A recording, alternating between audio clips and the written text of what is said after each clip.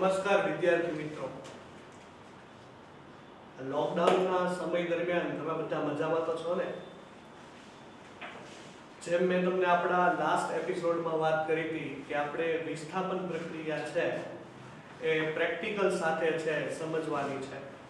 તો ચાલો આજે આપણે વિસ્થાપન પ્રક્રિયા ભણશું અને સાથે સાથે એક સરસ મજાનો પ્રયોગ હું તમને અહીંયા આગળ બતાવીશ. હવે સૌથી પહેલા આપણે વિસ્થાપન પ્રક્રિયા ભણવી હોય તો એ પહેલા આપણે ધાતુની સક્રિયતા શ્રેણી એને સમજવી પડે કે કઈ કઈ ધાતુ છે એ વધારે સક્રિય છે, તો એના આધારે આપણે વિસ્થાપન પ્રક્રિયા ભણી શકીએ. મિત્રો, આ ધાતુની સક્રિયતા શ્રેણી છે એ તમારે ત્રીજા ચેપ્ટરની અંદર આવશે, પણ હું સાથે કમ્બાઈન કરી લઉં છું. તમારે આ સક્રિયતા શ્રેણી બરોબર લખી અને તૈયાર કરવાની છે. તો ચાલો સૌથી પહેલા જોઈએ ધાતુની સક્રિયતા શ્રેણી. મેં બોર્ડ પર ધાતુની સક્રિયતા શ્રેણી લખી છે. તમે જોઈ શકો છો. સૌથી પહેલા K એટલે પોટેશિયમ, Na એટલે સોડિયમ, Ca એટલે કેલ્શિયમ, Mg એટલે મેગ્નેશિયમ, Al એટલે એલ્યુમિનિયમ, Zn એટલે ઝિંક, Fe એટલે આયર્ન, Sn એટલે ટીન, Pb એટલે લેડ, H એટલે હાઇડ્રોજન વાયુ, Cu એટલે કોપર, Hg એટલે મર્ક્યુરી જેને આપણે પારો કહીએ છીએ, Ag એટલે સિલ્વર જેને આપણે ચાંદી કહીએ છીએ, બોલાય છે આર્જેન્ટિનમ, અને Au જેને બોલાય છે ઓરમ પણ આપણે એને ગોલ્ડ કહીએ છીએ એટલે કે સોનું. તો આ સરસ મજાની સક્રિયતા શ્રેણી છે મેં બોર્ડ ઉપર લખી છે. હવે તમે ધ્યાનથી જોઈ શકો છો કે અહીંયા આગળ જો K છે એ Na કરતા વધુ સક્રિય છે. આ ગ્રેટર ધેન ની નિશાની છે. એવી રીતે Ca કરતા Na વધુ સક્રિય છે, Mg કરતા Ca વધુ સક્રિય છે. આપણે હસતા હસતા એમ કહી શકીએ કે આ બધામાં जिसमें है दम वो है પોટેશિયમ. અને એન્ડમાં જુઓ તો આ બધી ઓછી સક્રિય છે એ ધાતુઓ છે. તમને એમ થશે કે ભાવિક સર તમે આ સક્રિયતા શ્રેણી લખી પણ આને યાદ કઈ રીતે રાખવી? તો એને યાદ રાખવા માટે ઘણી બધી ટ્રિક્સ છે. ઘણા આવી રીતે પણ યાદ રાખતા હોય છે, કાનકા મગલ Zn Fsn Pbcu Hg. પણ આવી રીતે યાદ ન રખાય. તમને હું એક સરસ મજાનું સોંગ આપું છું, એક લાઈન આપું છું કે જેથી કરીને તમે સરસ રીતે યાદ રાખી શકો. આપણે થોડા સમય માટે કેટરીના બેનને યાદ કરી લઈએ. જો આવી રીતે યાદ રખાય. કેટરીનાને બરોબર સમજતા જજો. કેટરીનાને કાર માંગી. કેટરીનાને કાર માંગી. તમારી પાસે નથી માંગી હો. કેટરીનાને કાર માંગી. Alto Zen Ferrari. कैटरीना ने कार मांगी, अल्टो ज़ेन फेरारी. सुनकर प्रभुदेवा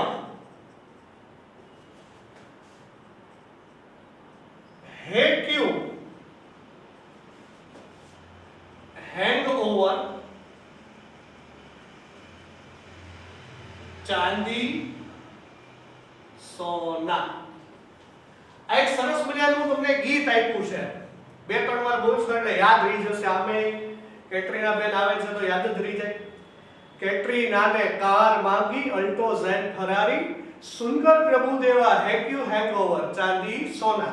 એમાં કેટરીના એના ઉપરથી K એટલે પોટેશિયમ, ને એટલે Na સોડિયમ, કાર એટલે Ca કેલ્શિયમ, માંગી Mg એટલે મેગ્નેશિયમ, અલ્ટો Al એટલે એલ્યુમિનિયમ, ઝેન એટલે Zn ઝિંક, ફેરારી Fe એટલે આયર્ન, સુનકર એટલે Sn ટીન, પ્રભુદેવા એટલે Pb લેડ, હે એટલે હાઇડ્રોજન વાયુ, Q એટલે Cu કોપર, હેંગઓવર એટલે Hg મર્ક્યુરી, ચાંદી એટલે તમને ખ્યાલ જ છે Ag સિલ્વર, અને સોના એટલે A.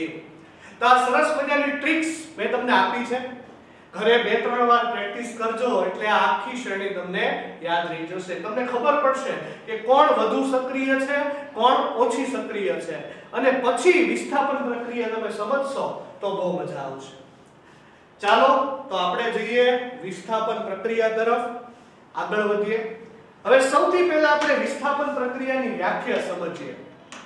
જોતા જઈએ કે જ્યારે વધુ સક્રિય તત્વ ઓછા સક્રિય તત્વને તેના દ્રાવણમાંથી વિસ્થાપિત કરે, દૂર કરે, તો આ પ્રક્રિયાને છે એ વિસ્થાપન પ્રક્રિયા કહેવાય.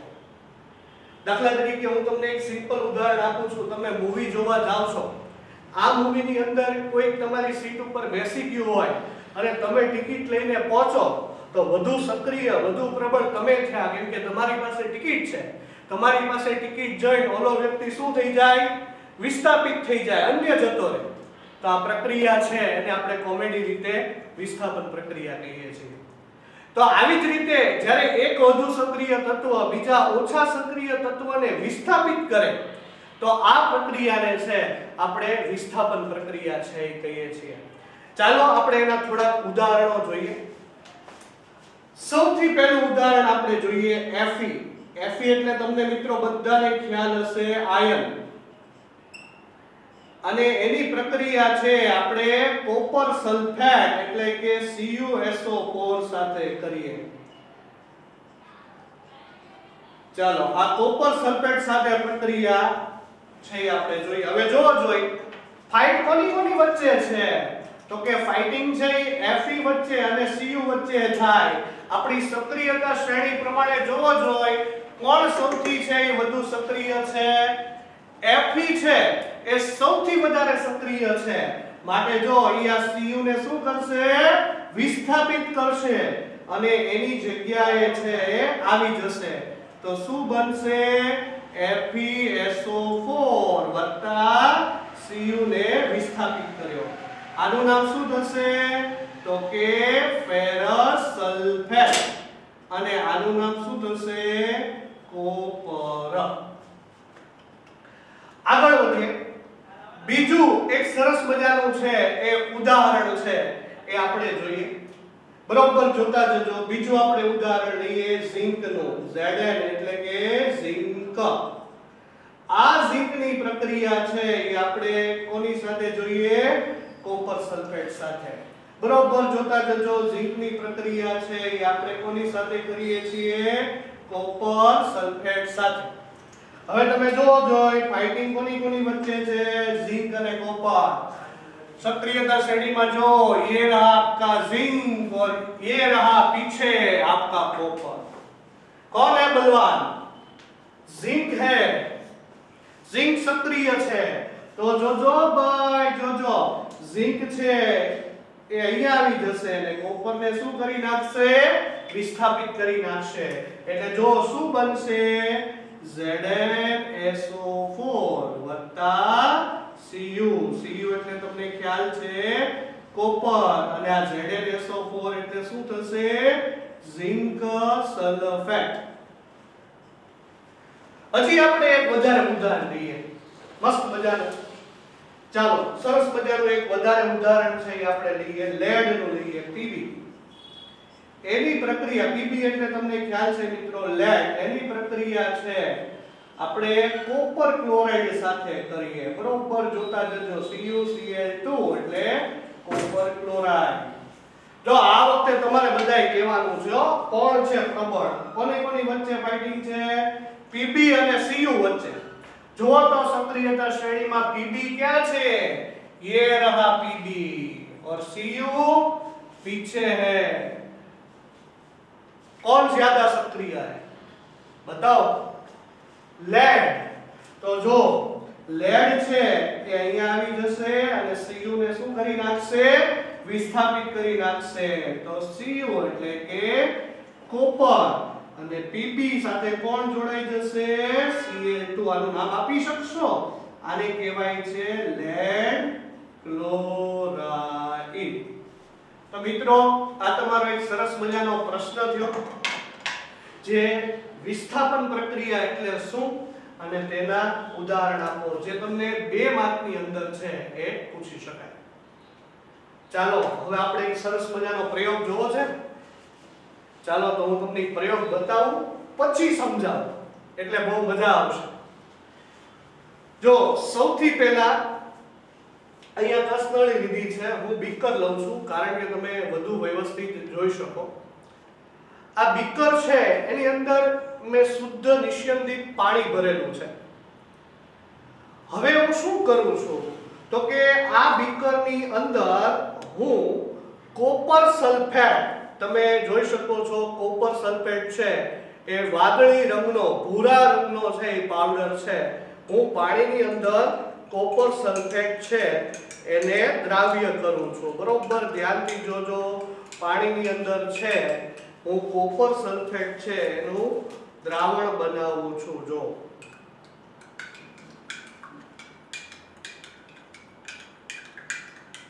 સરસ રીતે આપણે એનું દ્રાવણ બનાવ્યું. આ દ્રાવણ છે કોપર સલ્ફેટ, તમે જોઈ શકો છો. હવે હું શું કરું છું તો કે હવે એક ટાચણી લઉં છું. તમે ધ્યાનથી જોજો આ ટાચણીનો રંગ, હું કેમેરાને ઝૂમ કરીને રંગ બતાવવાનું કહું છું કે જેથી તમે ટાચણી જોઈ શકો. તમે ખીલ્લી પણ લઈ શકો છો. હવે તમે જુઓ કે આવી ટાચણીને છે હું દોરી વડે બાંધી દઉં છું. આ ટાચણી છે એને મેં દોરી વડે છે એ બાંધી દીધી છે. તમે જોઈ શકો છો અહીંયા આગળ આ બે ટાચણી છે, આ બંને ટાચણી છે એને મેં દોરી વડે બાંધી દીધી અને હું તેને દ્રાવણમાં ડુબાડું છું. જો મેં આ ટાચણીને છે થોડોક સમય છે એ દ્રાવણમાં ડુબાડી દીધી. 20 મિનિટ પછી આપણે આ બીકરનું અવલોકન કરશું કે આ દ્રાવણના રંગમાં શું ફેર પડે છે અને સાથે સાથે ટાચણી છે તેના રંગમાં શું ફેર પડે છે. ત્યાં સુધી આપણે એનો સરસ મજાનો પ્રયોગ છે એ સમજી લઈએ. જો તમારી સામે જ હું બીકર મૂકી દઉં છું. 20 મિનિટ પછી આપણે આ બીકરનું શું કરશું? અવલોકન કરશું. ચાલો હવે प्रयोग तरफ આવી જઈએ. आपका अगला प्रयोग ये रहा आपकी स्क्रीन पर. સરસ મજાનો પ્રયોગ છે. તમને આ પ્રયોગ છે એ 3 માર્કની અંદર છે એ પૂછી શકે છે. પ્રયોગનું નામ છે વિસ્થાપન પ્રક્રિયા દર્શાવતો પ્રયોગ વર્ણવો. મિત્રો સૌથી પહેલા આપણે હેતુ, તમને ખ્યાલ છે આપણે પ્રયોગ લખતા હોઈએ તો હેતુ લખવો પડે, સાધનો લખવું પડે, આકૃતિ દોરવી પડે, પદ્ધતિ લખવી પડે, રાસાયણિક સમીકરણ લખવું પડે, અવલોકન લખવું પડે, નિર્ણય લખવું પડે, ત્યારે સાહેબ આપણને પૂરા માર્ક આપે. આપણી ટેક્સ્ટ બુકમાં આ પ્રયોગ એક પ્રવૃત્તિ તરીકે છે, પણ કોઈ એક્ઝામમાં માની લો કે પૂછવો હોય તો આ તમને પ્રયોગ તરીકે પૂછાય. તો સૌથી પહેલા આપણે નજર કરીએ હેતુ ઉપર. હેતુ શું છે આ પ્રયોગનો? તો કે આ પ્રયોગનો હેતુ છે એ સૌથી સિમ્પલ છે. તમે જોઈ શકો છો કે વિસ્થાપન પ્રક્રિયા છે એને સમજવી. વિસ્થાપન પ્રક્રિયા છે એને સમજવી. વિસ્થાપન પ્રક્રિયા ઇંગ્લિશમાં કહેવાશે ડિસ્પ્લેસમેન્ટ રિએક્શન. આગળ વધીએ. સાધનો આપણને કયા કયા જોશે?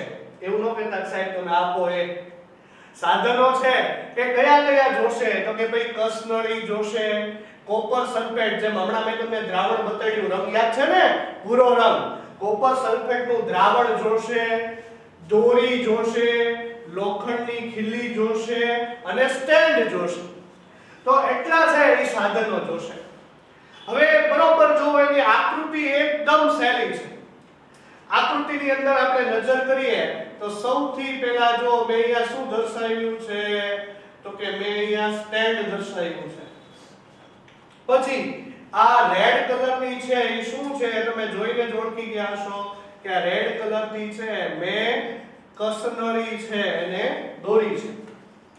બીજું કે આ બ્લેક કલરની શું છે તો કે લોખંડની ખીલી છે. અને જો આ ગ્રીન રંગ એ શું છે? દોરી છે. અને આપણે જે દ્રાવણ ભર્યું છે એ દ્રાવણ કોનું છે તો કે CuSO4 નું દ્રાવણ છે. તો આ થઈ ગઈ આપણી આકૃતિ અને તેમાં સરસ મજાનું નામ નિર્દેશન. હવે આગળ વધીએ. પદ્ધતિ ઉપર જઈએ. પદ્ધતિ સાવ સહેલી છે. સૌથી પહેલા લોખંડની ખીલીને કાચ પેપર વડે ઘસી અને સાફ કરી નાખો. પછી શું કરવાનું છે? તમે જોવો છો કે કસનળીની અંદર 10 મિલી કયું દ્રાવણ ભરવાનું છે? CuSO4 એટલે કે કોપર સલ્ફેટનું દ્રાવણ ભરવાનું છે. પછી આ ખીલીને દોરી વડે બાંધી અને તે દ્રાવણની અંદર ડૂબાડી દેવાની છે. અને 20 મિનિટ પછી તમારે ખીલીનું અવલોકન કરવાનું છે અને દ્રાવણનું અવલોકન કરવાનું છે અને એની નોંધ કરવાની છે. હવે આગળ વધીએ કે આવું કર્યા પછી આપણને શું જોવા મળશે, અવલોકન શું જોવા મળશે? તો એ આપણે જોઈએ કે 20 મિનિટ બાદ ખીલી પર લાલાશ પડતા કથ્થાઈ રંગનું કોપરનું પડ લાગશે અને દ્રાવણનો રંગ ઝાંખો થશે. ખીલી ઉપર લાલ રંગનું કોપરનું પડ જામી જશે. હમણાં જ આપણે જોવાનું છે, આપણે પ્રયોગ મૂકેલો છે. અને દ્રાવણનો રંગ છે એ થોડો ઝાંખો બની જશે. બીજું કે એની રાસાયણિક પ્રક્રિયા છે ને સૌથી સહેલી છે. ખીલી એટલે લોખંડ, લોખંડને આપણે શું કહેશું? Fe. Fe એટલે આયન વત્તા આપણે દ્રાવણ કયું લીધું હતું? Copper sulphate, CuSO4 copper sulphate. વિસ્થાપન પ્રક્રિયા થાય છે. તમને ખબર છે કે આ બે માંથી Fe અને Cu માંથી કોણ વધારે પ્રબળ છે? Fe. તો Fe છે એ કોને દૂર કરશે? Cu ને, અને એની જગ્યાએ આવી જશે તો શું બનશે? FeSO4 જેને કહેવાશે ફેરસ સલ્ફેટ. અને શું છૂટું પડશે? Cu એટલે કે કોપર. રાસાયણિક સમીકરણ તો એકદમ સહેલું છે. આગળ વધીએ. છેલ્લું નિર્ણય ઉપર આપણે જઈએ. નિર્ણય શું લખશું? તો કે આપણે જે પ્રયોગ કર્યો હોય એ આપણે નિર્ણયમાં લખશું કે લોખંડની ખીલી, બરોબર સાંભળજો, લોખંડની ખીલી અને કોપર સલ્ફેટના દ્રાવણ વચ્ચે કઈ પ્રક્રિયા થાય છે? વિસ્થાપન પ્રક્રિયા થાય છે. તો લ્યો મિત્રો, આ તમારો સરસ મજાનો પ્રયોગ કમ્પ્લીટ. હવે આપણે જે પ્રયોગ કર્યો હતો, આપણે જે બીકર મૂક્યું છે, બરોબર, હવે એની અંદર આપણે અવલોકન કરીએ શું થયું. હું તમને કેમેરો ઝૂમ કરીને બતાવીશ કે કેવી રીતનું છે એની અંદર જોવા મળ્યું. જો આપણું દ્રાવણ આ દોરી વડે મેં છે એ ટાંકણીને બાંધી હતી. હવે તમે જો હું ધીમે ધીમે એને બહાર કાઢું છું, તમે જોઈ શકો છો દ્રાવણનો રંગ આછો થયો. અને તમે ધ્યાનથી જો તો જે ખીલીઓ છે, અહીંયા આગળ આપણે જે ટાંકણીઓ લીધી છે તમે જોઈ શકો છો. એક મિનિટ, હું દ્રાવણને સાઈડમાં મૂકી દઉં છું. તમે જોઈ શકો છો જો કે એ ટાંકણીઓ ઉપર છે એ કથ્થાઈ રંગનું તમે જો એના ઉપર પડ જોઈ શકો છો. જો તમે આ બંને ટાંકણીઓ ઉપર છે એ કથ્થાઈ રંગનું પડ જોઈ શકો છો. તમને કેમેરો ઝૂમ કરીને હું બતાવું છું. તમે જો અહીંયા આગળ બંને ટાંકણીઓ છે એના ઉપર કથ્થાઈ રંગનું પડ છે એ જામી ગયું. આ કથ્થાઈ રંગનું પડ છે, તમે જો પહેલા આપણી ટાંકણી આવી હતી, આ આપણી પહેલાની ટાંકણી હતી ત્યારે એનો રંગ આવો હતો. હવે એના ઉપર કોપરનું પડ જામી જવાથી, એની ઉપર કોપરનું પડ લાગી જવાથી એની ઉપર તમે અહીંયા જુઓ કે લાલાશ પડતો રંગ તમને દેખાશે, તમે સ્ક્રીન ઉપર જોઈ શકો છો. તો બન્યું શું? તો કે આ લાલાશ પડતો જે રંગ છે એ કોનો છે મિત્રો? કોપરનો છે. તો આ તો આપણો વિસ્થાપનનો પ્રયોગ. તમને લોકોને મજા આવી આ લાઈવ પ્રયોગમાં? તો સરસ મજાનું આ ચેનલને લાઈક કરજો, સબસ્ક્રાઇબ કરજો. ફરી મળીશું આપણે હવે પછીના એપિસોડની અંદર. આ બોર્ડ વર્કની પીડીએફ છે તમને આની સાથે જ મળી જશે. હવે પછી આપણે જ્યારે નેક્સ્ટ લેક્ચરની અંદર મળશું ત્યારે આપણે દ્વિવિસ્થાપન છે એ પ્રક્રિયા સમજશું. ત્યાં સુધી જોતા રહો જ્ઞાનગુરુ ઓનલાઈન. फिर मिलेंगे चलते चलते. Thank you so much.